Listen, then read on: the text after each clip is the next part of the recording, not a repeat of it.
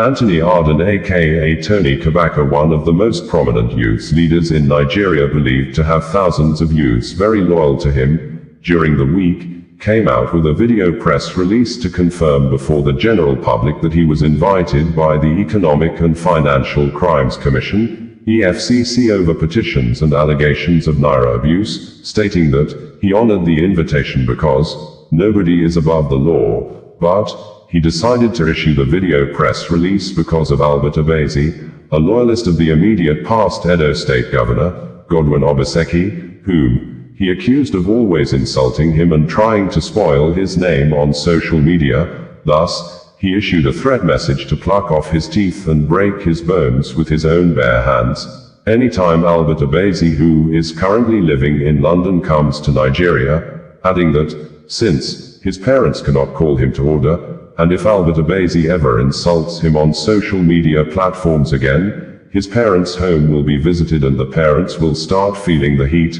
Although, in less than 24 hours after issuing the statement, Tony Kabaka issued another video press release at night, apologizing to the parents of Albert Obese and withdrew his apparent threat messages earlier issued against them, but hours after issuing the apology message on Tuesday. On Wednesday, Albert Obese cried out on social media, raised an alarm that his own house situated at Amagba area in Benin City has been attacked and properties destroyed by people he suspected to be Tony Kabaka and his boys. Emphasizing that nobody is above the law in the first video he issued, Tony Kabaka said he went to EFCC office as invited and his lawyer took him on bail, saying, he wonders why Albert Obese is going about on social media platforms giving all manners of narratives as if he has done something wrong to honor EFCC invitation. Tony Kabaka also accused Albert Obese of being the alleged instigator that went about and started reposting the videos of him spraying money at 3 different ceremonies which he said made EFCC to invite him.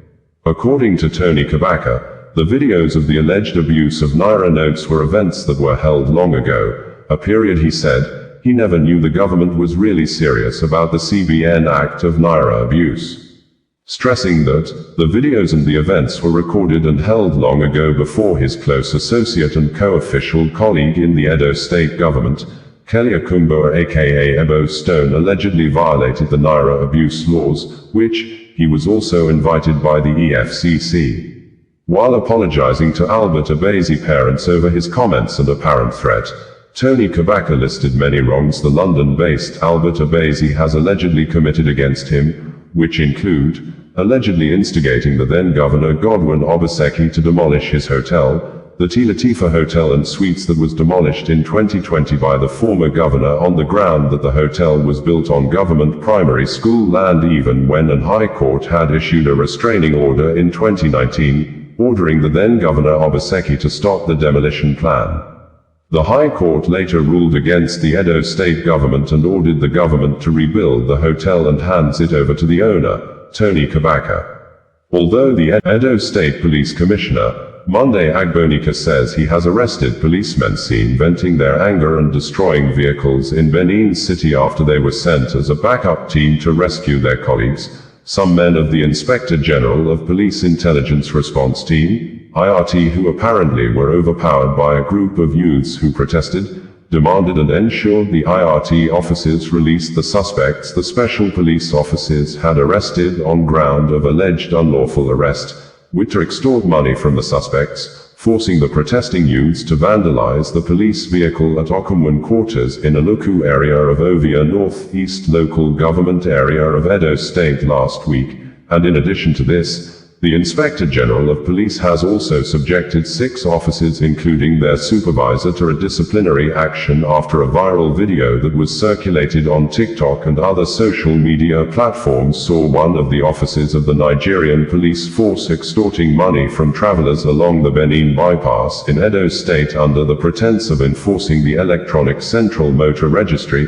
(ECMR) certificate, even when the Inspector General of Police has long suspended the enforcement since July 2024.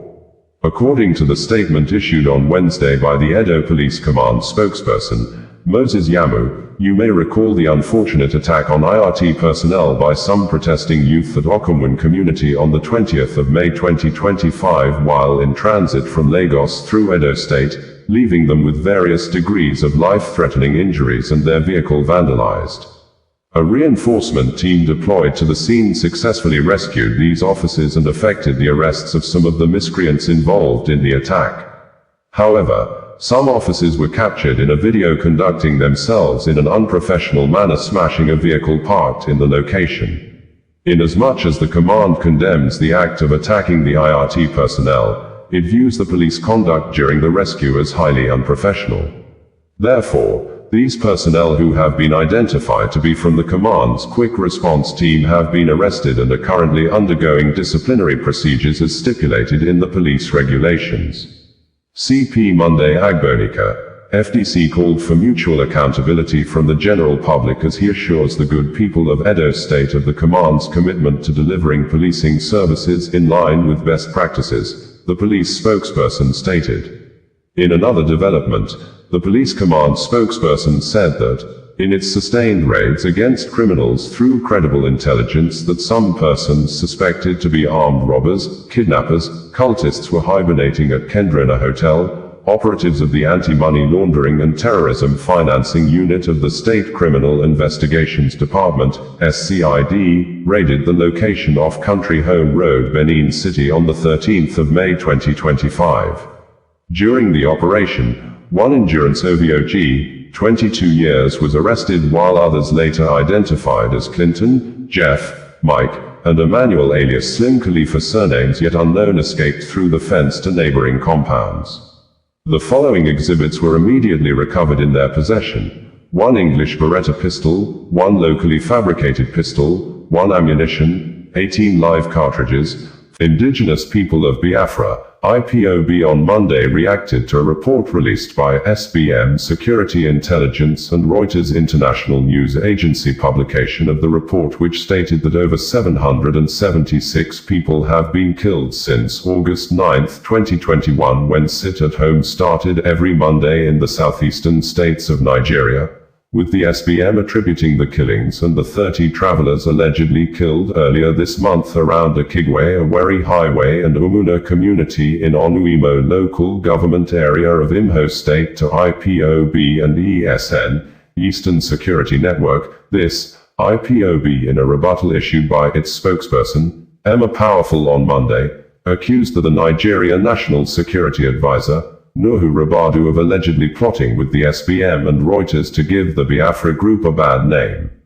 IPOB, in a statement titled, SBM Intelligence, Reuters and Nuhu Ribadu's hatchet job against IPOB, a failed propaganda war, said the killing of 776 persons as alleged by the SBM was committed by kidnappers and other violent criminals allegedly sponsored by the government to carry out numerous atrocities in the southeast geopolitical of the country with a view to discredit and cause public disaffection against IPOB. According to the statement, the Indigenous People of Biafra, IPOB, under the supreme leadership of Mazi Nnamdi Kanu, categorically and unequivocally condemns in the strongest terms possible the latest hatchet job disguised as a report released by a faceless, compromised, and government-sponsored propaganda arm called SBM Intelligence, and amplified by the neo-colonial media outfit, Reuters, all under the shameful direction of Nigeria's National Security Advisor, Nuhu Ribadu. This laughable fabrication alleges that IPOB's sit-at-home actions resulted in 776 deaths and trillions in economic losses. This is not just a lie, it is a desperate concoction by a drowning regime grasping at straws. SBM Intelligence is neither credible nor neutral. It is a mercenary outfit created to launder the image of failed regimes and discredit voices demanding justice and self-determination. Their so-called reports are fit only for the trash can of history, not the pages of reputable journalism. We challenge SBM Intelligence, Reuters, and Nuhu Ribadu. If you possess an ounce of evidence linking IPOB to these baseless allegations, take it to court. Mazi Nnamdi Kanu is in detention and ready to confront these lies with unassailable truth. Instead of sponsoring international smear campaigns, why not test your fantasy before a judge? Let it be known and recorded that IPOB officially cancelled Monday sit-at-home in 2021, and our leader publicly disowned any individual or group enforcing such orders. Therefore, any attack attributed to a sit-at-home cannot be logically or factually linked to IPOB. This makes the SBM Reuters report not only false but criminally deceptive. The timing of this publication is no coincidence. As the 30th of May Biafra Heroes Day approaches, a sacred bringing you the news in a more digital way.